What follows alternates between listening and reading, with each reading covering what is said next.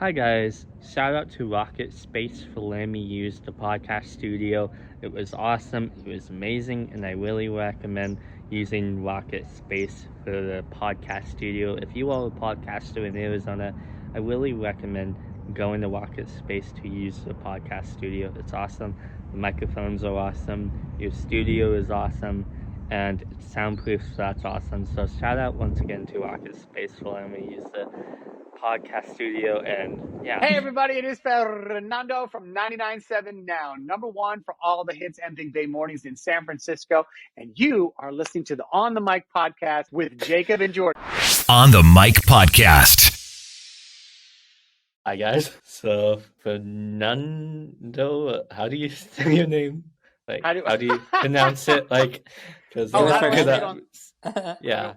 Fernando? How do I say it on the air? Oh, on the radio, I say it Fernando.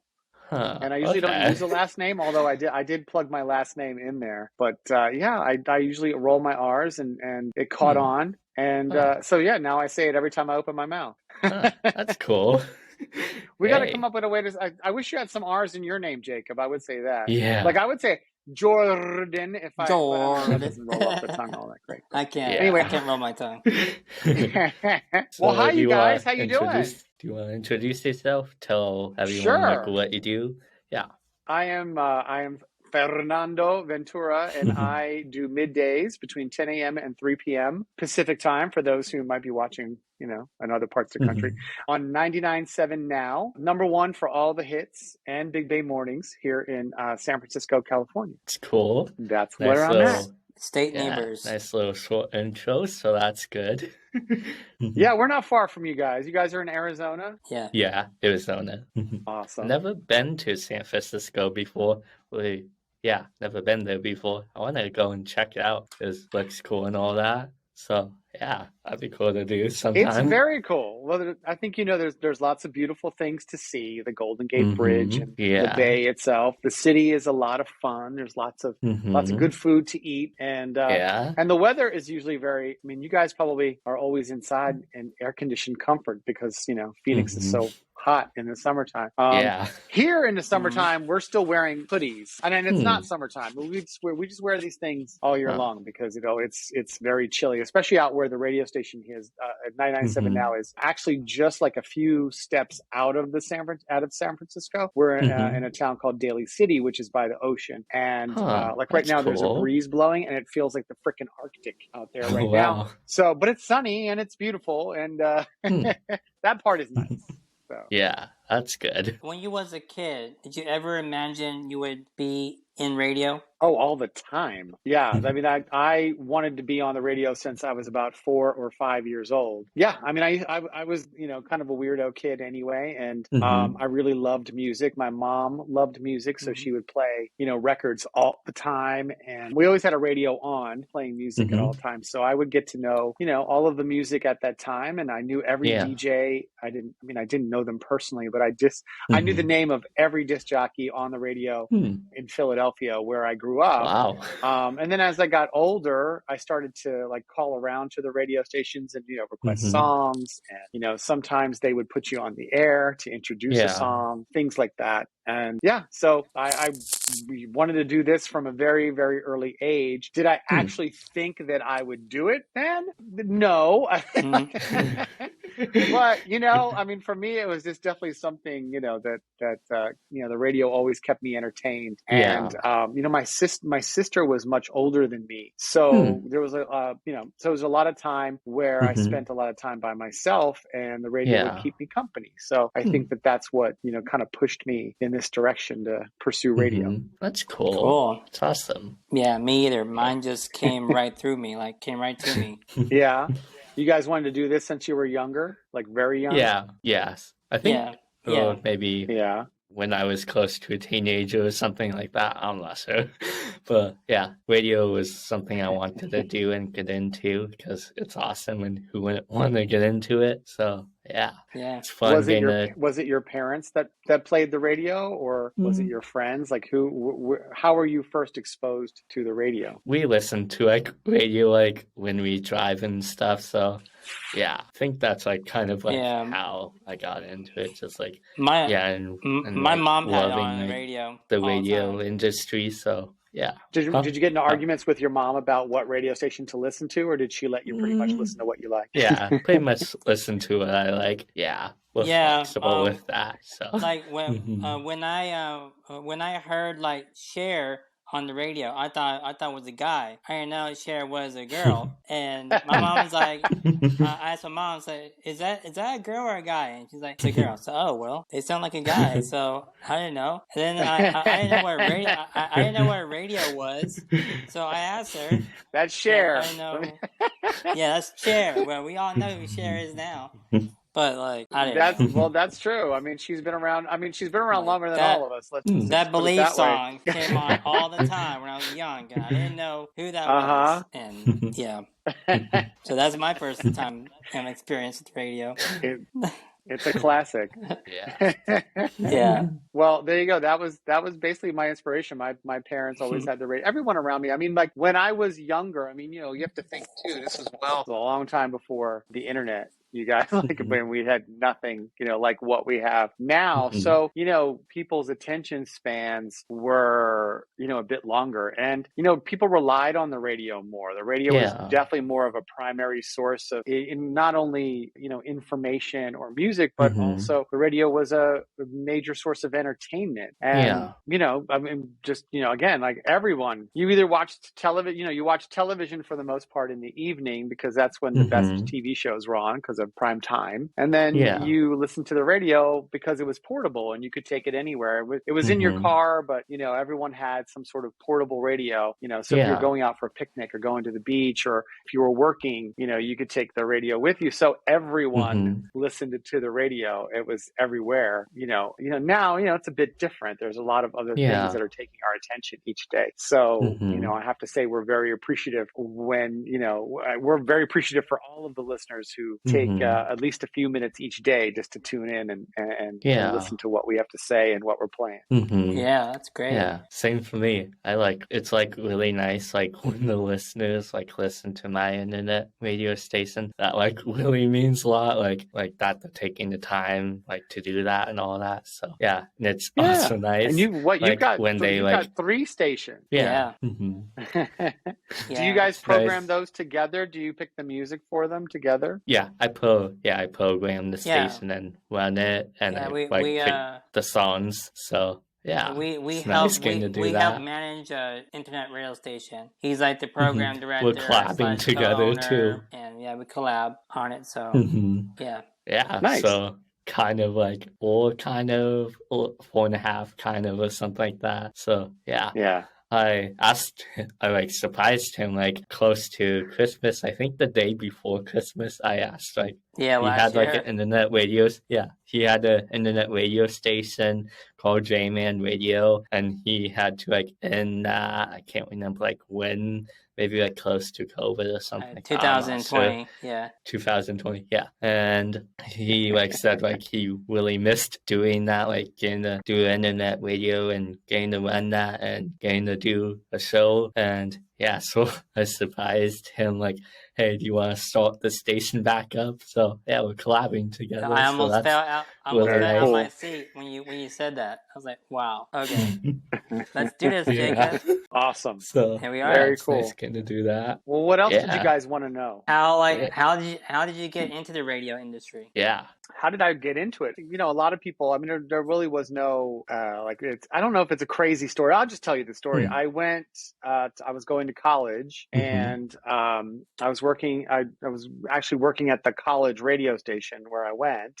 to school, and the radio station there only broadcast into the cafeteria. And, and that was pretty cool for about, the first day or two that I was on there. But after a while, I'm just like, I could do better. And I had heard a couple of the other students that I was working at the radio station with, they started getting internships, at different radio stations around Philly. And, so of course I said, well, I need to get an internship. I want to be, working actually in a radio station. So I called around to like just about every radio station in Philadelphia, except for the one that I actually listened to. And that was Q102 in Philadelphia, which at that time had just signed on the air. Because we didn't have a top 40 station for a few years. Wow. And it was a big deal because Q102 came on. And well, actually, no, I'm not trying to give you revisionist history. There was actually another top 40 station, but it was kind of lame and I really didn't like it all that much. And then Q102 came on and played all the cool music and I fell in love with it. And I'm like, oh, this is the best radio station ever. And so I don't know why, but it didn't dawn on me to actually call them and see if they needed an intern. But I finally figured it out.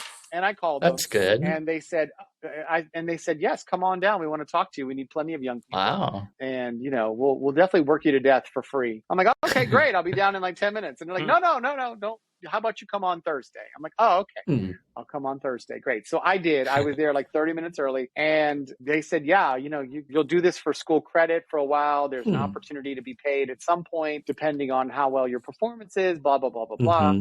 And then within 6 months, I'd asked my program director, who you may have heard of, Elvis Duran, was my program director. Yeah. And I told him that I wanted to learn how to run the board. And he said, well, if you go into the little recording studio next to our studio and you make a demo tape, an air check, I'll listen to it. And if it's decent, maybe I'll just put you on the air. You know, why stop at just running the board? Yeah. Why don't you just open the mic too? So I spent about 18 hours making 3 minutes of air check just to get it just right. And I gave it to Elvis, and he listened to it and he said, it's not so bad. I said, okay. I spent about 3 hours. He's like, okay. Yeah. Not 18 exactly. hours. You go through it. Exactly. When you've got like zero experience, right? You're very, very particular about what you're putting on there. Yeah. Now I'm just these days I just take what I just did today. I don't even scope. I don't even do anything to it. I'm like, here, and I just hand it to my boss, or I email it to him and go ahead, rip me apart. I don't care.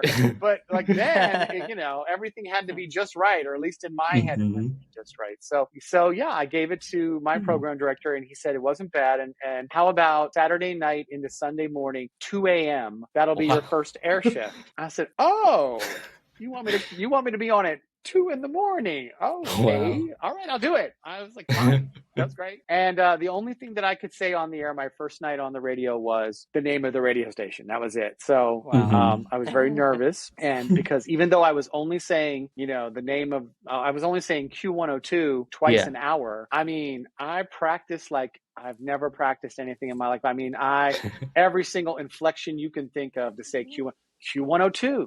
No. Q102. That sucks. Q102. I mean, I did it. Sound like me. 100 different ways before I finally settled on which way I was actually going to say it live on the radio. And then those days, we didn't voice track either. There was no voice tracking yet, so everything was live. And I remember like the first time I opened the microphone, my hands were like, these were my hands. My whole body was shaking. It was the most nervous I've ever felt in my life. Yeah. And all I was saying was Q102. And I literally opened it up. The song came to an end. I said the name of the station. I pulled the pot down, turned off the microphone, and then I just sat there. And I just, loaded up the songs and everything. And I waited until it was time to say, Q102 all over again. And that was it. That was how I got. I mean, I guess the short answer is I just asked if I could do more, and I got a lot more in return. That's awesome. Wow. Yeah. Yeah, my moral of the story: ask for more. Yeah, ask for more. My first time is nothing compared to that. I was nervous. I was shaking. We just got new management came in. But you got through it. You did it. A manager got suspended or something. So we had a new manager come in. She changed the whole playlist to all this Katy Perry and, Pink songs every 5 minutes and push the whole playlist on us. She came in the studio and said, okay, here you go. So, what are we supposed to do with this? We were so used to all of the other stuff. We didn't know what to do. So me and my co-host, we were like, okay, we just talk after every 4 songs and just, do what we gotta do. It was like a 3-hour show, so it wasn't too bad, but I was shaking afterwards. I was literally shaking all the way around. I went and hid in the bathroom for like 15 minutes. So, okay, I just need to calm down. I was on the radio for well, were you shocked that I know it's a very exciting thing. Were you shocked as I was to find out that the DJs don't get to play, what they want? Yeah. Like, everything is, programmed for you. Yeah. I was actually happy about that. I didn't want to program anything. Yeah, I'm with you. I don't care. It's not my job to know. I'm there to be silly and have fun. I don't want to think about what songs people really want to hear. That's what my boss does. That's good. He figures out the science of it. He is the mad scientist. He's got the beakers and test tubes trying to figure out whether people want to hear Doja Cat 100 times a day, and and apparently they do. So yeah, me too. There you go. She's great. Yeah, and meet me at a spot 100 times. I can hear her sing all the time. I'll be happy. Just hear her sing. It's you. See, it's you. It's your fault. That's why Doja Cat's on 100 times a day. Yeah. Remember when that Andy Grammer song came out? The Honey I'm Good. Every station played that song. Naughty and nuts. It's like what? Every hour. All right, I'm good. We didn't get to play that one as much around here. I don't think we played it more than maybe once. That's good. And that's another interesting thing too. Like sometimes songs are bigger hits in they're regional hits. So you might hear something a lot where you live in Phoenix, but then you'd come to San Francisco and I never hear it. You won't hear the same exact. I mean, the hits are the hits. For the most part. Doja Cat is a hit. She's on every radio station. The Kid Leroy Stay is on every radio station. Those are the biggest songs. But then when you kind of drill it down, you go a little deeper down the list, for some radio stations it works well, or for some regions, maybe people in Sacramento love a song, but that doesn't necessarily mean people in San Francisco are going to love it as much as they do. So, that's all part of the beakers and the test tubes and the science of it, just trying to figure out what each region is into. What did you like about getting to work at 99.7 now? What I like about it? Yeah. Well, at the time what I really liked was a paycheck. It was Who would? Who wouldn't? I was actually very excited to work at this radio station because a little more about my history. I came to San Francisco came back in 2005. I don't even think you guys were born back. But anyway, before you were born in 2005. Oh, well, there you go. You were 5 years old and I had moved back to San Francisco. This is what you were being born and I was moving. That's what was happening 10. in 2005. And you were already 10? Yeah, I was 10. And I moved here to work for a very small radio station called Energy 92.7. And it was a dance radio station, which, there have been plenty of, radio stations that play dance across the country. But what made this one different is that it was targeted towards LGBT community. And for me, I was coming from Dallas, Texas, where I was working for 106.1 KISS FM there, which has been the number one station in Dallas, Texas for a million years. Wow. And as much as I loved working, for that radio station, I was just looking to do something sort of completely different. And so when the opportunity to come back to because I'd been here before, I worked for another top 40 station here in the late 90s. But I fell in love with San Francisco when I lived here the first time. So when another opportunity came up to come back, and it was just so different, and I was like, oh, okay, wow, I've never actually worked for a radio station that cared about gay people. I think I'm all about it. Let me do this. And I interviewed, and they gave me the job. I thought I was going to do afternoons, and then I asked them, I'm like, well, your afternoon guy that I heard. This is during the interview. I said, the afternoon guy I heard, he's really, really good. I don't understand why you're not just going to go with him. And they're like, oh, we are going with him. We're hiring you for mornings. And I said, like, what?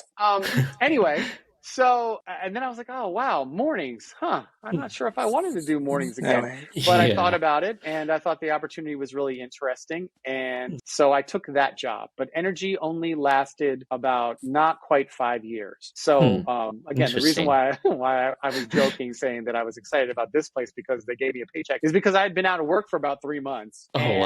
For us, because at that time I had a co-host as well, for us, it was super exciting because we were sort of graduating from this little station, which only had a signal that reached, the city of San Francisco itself. Like the Bay Area is gigantic. And San Francisco is actually a very small city. It's only 7 miles by 7 miles. And 92.7 only really covered, just the city and maybe a little bit around it. Like Oakland, you can get it in Oakland, you can get it in a couple of other places. You can get it at your grandma's house, and that's about it. Yeah. So we were able to sort of graduate to this big radio station now because 997 now covers the entire Bay Area. And again, we didn't really have a really good CHR. Like our competitors were very rhythmic or hip hop driven. And, the Bay Area has never had a consistent brand that plays, hit music, just the hits, regardless of whether they're hip hop, dance, rock, or just straight ahead pop music. So this radio station was so exciting because, we had a real top 40 that was going to play a wider variety of current hits. And, we get to be the morning show for it, which is even more exciting. So, just being able to make the jump from like this sort of small, sort of like cult following radio station in San Francisco to a big, with a much larger audience and much larger presence as well in the entire Bay Area. That was super exciting because I really just, I just feel like that we had made a huge progression. So it was super exciting to come to work here. That's awesome. And now that's been 13 years. Wow. That's 13 amazing. years on one radio station. Who does that? Yeah. Yeah, it's been fun. Wow. It's cool. That's good. Not a lot of people can say that. It's good. 13 years. Good. That's awesome. You know what? The only people who can say that are actually at this radio station. Like we're pretty set staff. Like St. John's been here since the start, so he's been here about 13 as well. But he's been here in the market in the Bay Area for much longer than that. And in fact, so well that people still think he's on the other radio station sometimes because he's been here for so long. And it's a great group of people. It's been a great group of people from like day one. So it's just a fun place to work. It's right up there as at the top of my favorite radio experiences. And I've had a few that I just, there are radio stations I still miss, like just working there with just such a great vibe and the creativity was great. And we all got along and we were, a bit of a family, which is, it's not something that you encounter with every radio station you work for. Sometimes the chemistry is great. And then other times it's like, all right, I guess I'll just show up, I'll do my 4 and hit the door, as they say. That's good. I like that. And this isn't on the question, and I want to ask this real quick. So when I was interviewing Big Reid, I think he said that you the computer that he was using during the interview or something like that. Like he said that you gave him to, you gave the computer to him or something like that. So do you want to say a little bit about that? Because I thought that was really nice that you did that, and I don't think a lot do that or something like that. So, yeah. Big Reid is my, I don't know, he's really not really my anything, but he is my friend. I mean, first and foremost. But he and I have a good history together because the way he got his job here at the radio station, I went to his college to speak one day. It was career day, and Big Reid was the program director of his college radio station. And the name of the college is Chabot. And their radio station is actually pretty robust. I mean, their program is really good. And, they always featured a lot of local, East Bay, local artists. They were always, having, these artists drop by and they would play a lot of the local music. And, every DJ had a different sort of slant or different musical style that they were presenting. And it was a really interesting radio station. And considering, not every college radio station has its stuff together like this one did. So, I was right away. I was like pretty impressed. And I always joke, I mean, I always give him a hard time for this, but like literally like Reid was waiting for me in the parking lot when I showed up to speak at school. And I'm just like, oh my God, who's this gigantic man? And it's like, oh, I'm Reid. I'm like, oh, okay. Hi. He took me in and I did my whole thing. But anyway, through that, that's how Reid found his way into the radio station, because he asked me, like, are there any jobs or is there anything I can do? I'm like, well, I'm sure if you apply, you know, let's get you in. You could be in the promotions department and then just kind of see, like, much like what I did. I just got my foot in the door and I started doing whatever job they wanted me to do. And then little by little, other opportunities just started opening up and I was getting experience. And same thing for Reid. You know, he was in our promotions department. And then he started doing video for the morning show when I was on the morning show. And then, when nights opened up, you know, he'd already been doing weekend shifts and getting better on the air. And he got so good that our program director gave him the opportunity and put him on at night. So anyway, the reason why he has my computer is because someone stole his computer. Oh, wow. And I believe this was like he had just started doing nights. And for whatever reason, I hated this little MacBook because I got big fat fingers and I can't. I just hated the keyboard on it. And I was like, I'm going to get a new Mac. Someone stole yours, Reid. I don't, because I mean, again, and at that time he wasn't making a ton of money either. So I knew it would be forever before he would be able to get a good computer. Yeah. And he was going through some issues at that time too. So I gave him the computer and I said, here, you can have this one. I don't know if your big fat fingers are going to have much luck with it either, but at least it's better than nothing. And so yeah, he got the computer. I can't believe he told you. That's awesome. So no, he's such a great guy and he's super talented and I just love watching how he's progressed. So maybe you can tell, like, I would pretty much any chance I get to help out Big Reid, I will do it. That's good. I love that. Yeah, I like that. Wow. Well, that's interesting you shared it. Yeah. What's next on your list? What do you like about getting to be a radio DJ? Yeah.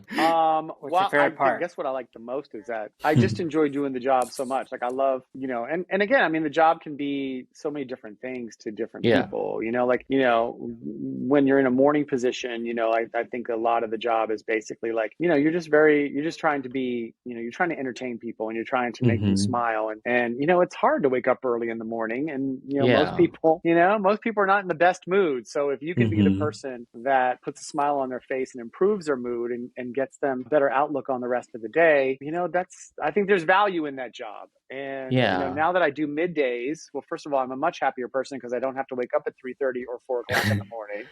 That's good. So I get to sleep, which is nice. But I think it's the same. I get to be the person that hopefully is putting a smile on someone's face or improving their mood or playing a song they really love, and I get to do it at a more reasonable time. And people are still looking for that connection, and they're looking for that sort of someone to keep them company while they're at work. Yeah. A lot of people spend a lot of time doing that at work, so they're really listening at work is what I meant to say. And I love that part. I like the fact that I can sort of be a companion, someone who's informative, hopefully a little funny, but also helps to keep people or put people in a better mood. And now that it took me a long time to actually drill it down as far as like, okay, well, what is my job? What exactly am I doing in there every day? And that's really it. I mean, that's the difference. Like when you turn on the radio, sure, there are a million places that will just play music for you, streaming services, etc.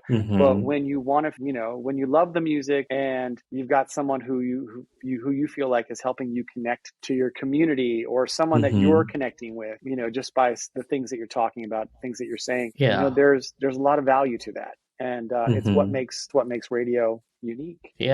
Otherwise, shut us up and just play more music and nothing. I mean, that's, again, you can get that everywhere. So radio definitely, I love that we've also realized that in this industry that it is our personalities that make us different, and also are a draw to listening each day.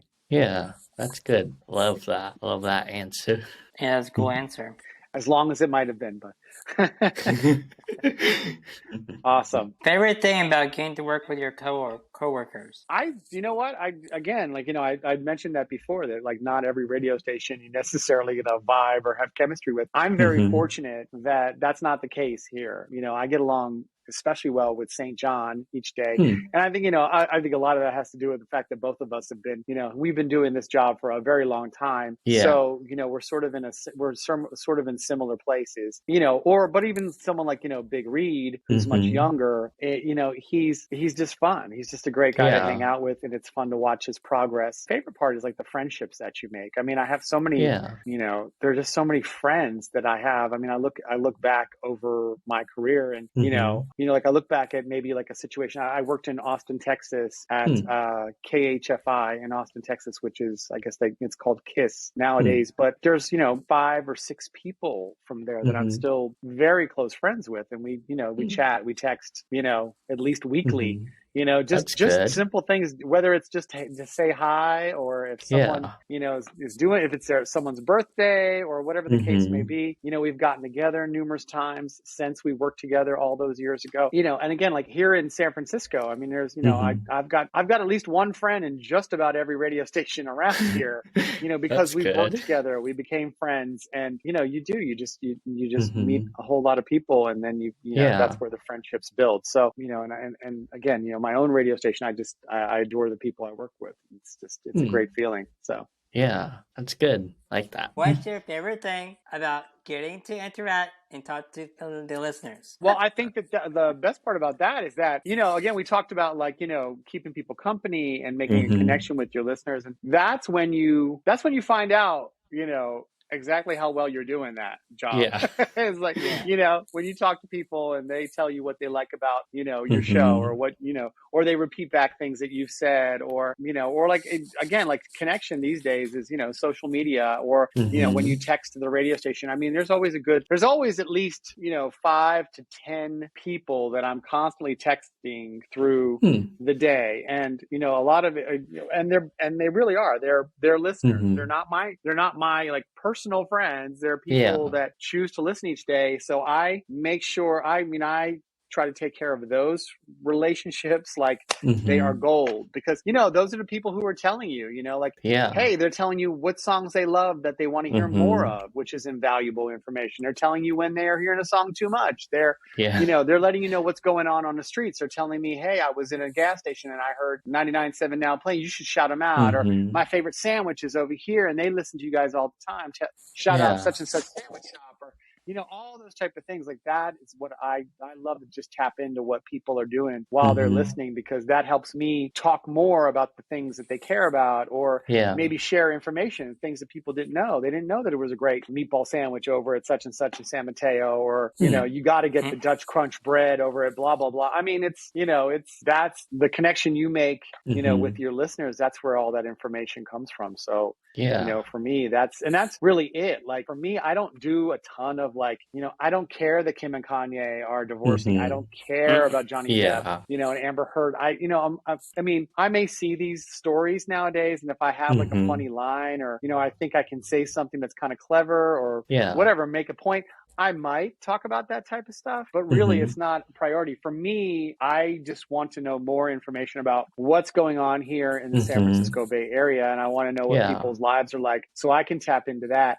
talk about that type of stuff. And, maybe talk about things that might be more useful, or just, again, make jokes about that type of stuff, or whatever the case may be. But again, it's, again, you can get your celebrity information and viewpoint anywhere, but there's a lot fewer places that are, there are a lot fewer people, there are a lot fewer guys like me who are really trying to keep an eye on what's going on in the Bay Area, and then kind of reflecting that back over the radio.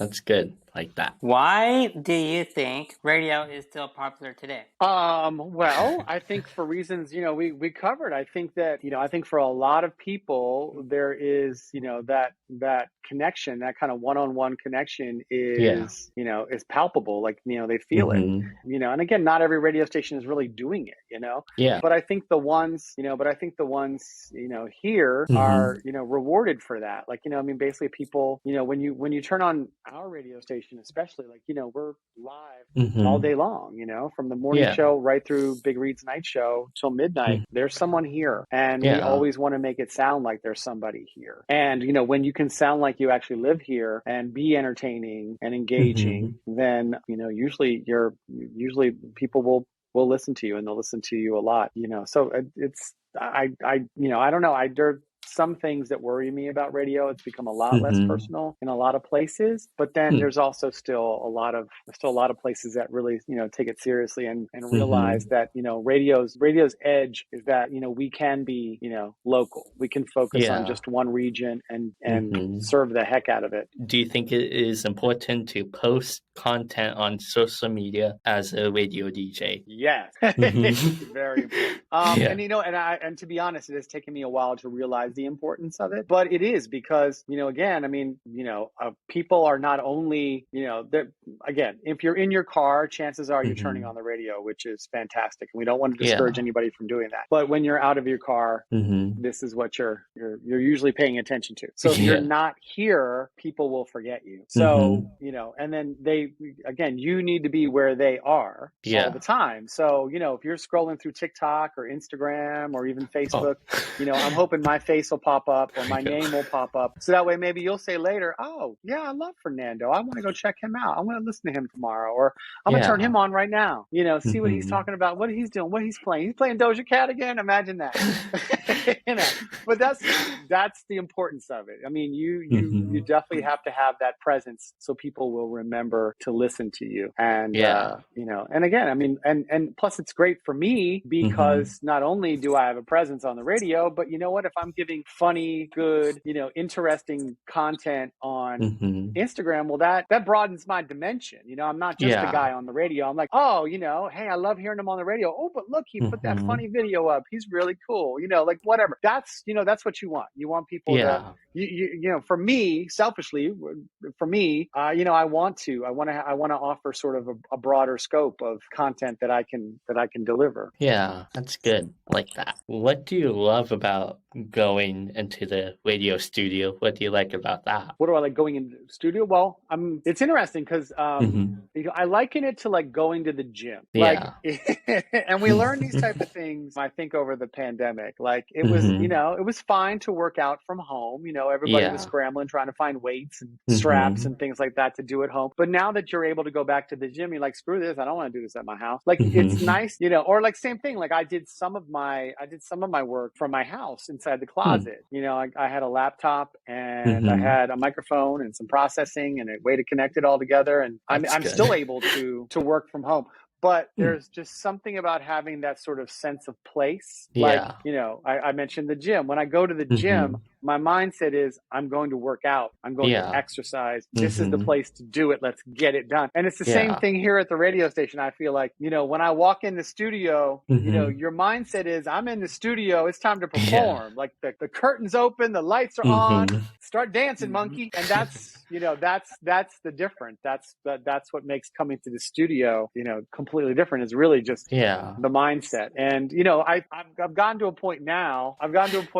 Where like I can feel pretty good about dancing when I'm at home, but nothing beats the studio. Nothing beats the studio as far as like getting in there and putting on the best show you can do. Do you think it is important to go to college today to be a radio DJ? Do you think that's important? Well, it was important for me because that's what allowed me to get the internship because, back in those days, it was, college credit. I think that if you're going to a school, like, here we have San Francisco State, which has a pretty robust radio, television, film course still. And, there's a few, people running around here who went through that program and, obviously were able to take that experience and bring it to, to radio stations right here in San Francisco. So I do think I think there's an importance, if only because it gets you in the door, rather than, I don't know very many people who, came right out of high school, went to a radio station and got a job. Now, I'm not saying it didn't happen. I'm sure it's happened a lot, but I usually see more people coming through, from college. I like that. What do you think radio will be like in 5 to 10 years? What do I think it'll be like in 5 to 10 years? Wow. Robot.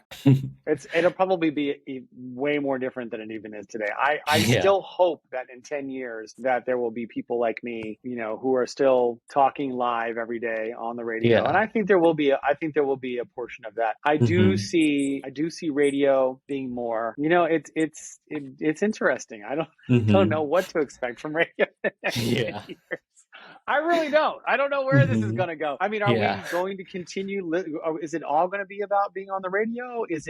Are we going to take these huge radio brands and basically, the primary way to access them will be online or via app or how that's all going to work out? But, I think that, there's always going to be room for, this type of programming, again, like basically some sort of product that, connects people to the music, connects people to their local area. I think you will see even more, companies also, though, like some of the companies that are sort of suffering right now and are always trying to, cut their costs may try different things. Like, I think you'll see the expansion of like, maybe like there'll be like the main radio station is in like Los Angeles, but you're hearing basically the same programming, like, in every small town or smaller signals, for far as the eye can see. So I think there'll probably be more of those things. And I think the challenge is just going to come down to us as talent to figure out how to still sound,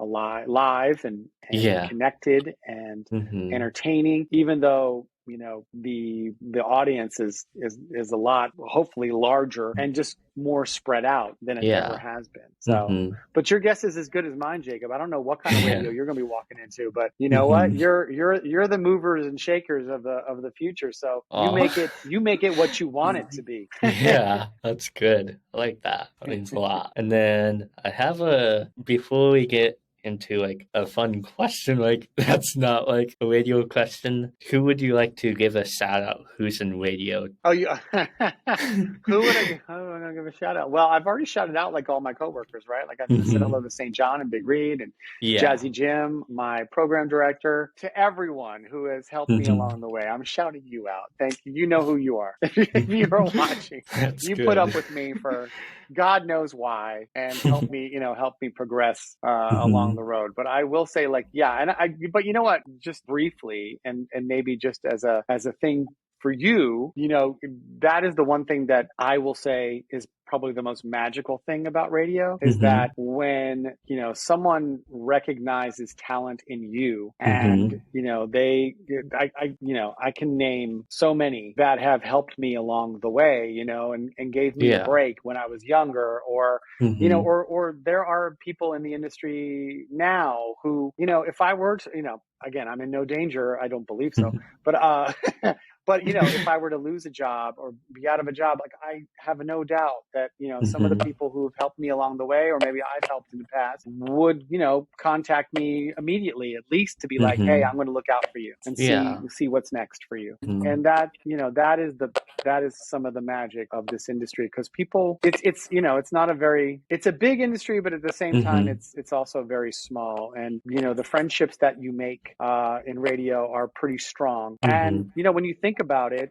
and I think again, especially if you've been in it for a long time, we're people that tend to move around a lot, and the reason why we move around is because of the job, and we take different jobs in city to city. Like so when you arrive in a new place, the only person that or the only friends you really have available to you are the people that you're working with. So so there are a lot of people in this industry who basically their chosen family are the people that they've encountered over the years in radio. So the relationships can be pretty tight. And then you've got also people who worked in a programming department, maybe who have really great relationships with people in the record industry as well. So you have the opportunity to really make some good, deep friendships in this industry. And again, it's a beautiful thing. So I would be here all day shouting at people if you want me to go that route, but I'm going to hold off. That's good. I like the answer that you chose, like shout out to anyone like who helped me. That's a good answer too. There you go. And then a fun question that's not related to radio. What's your favorite ice cream flavor?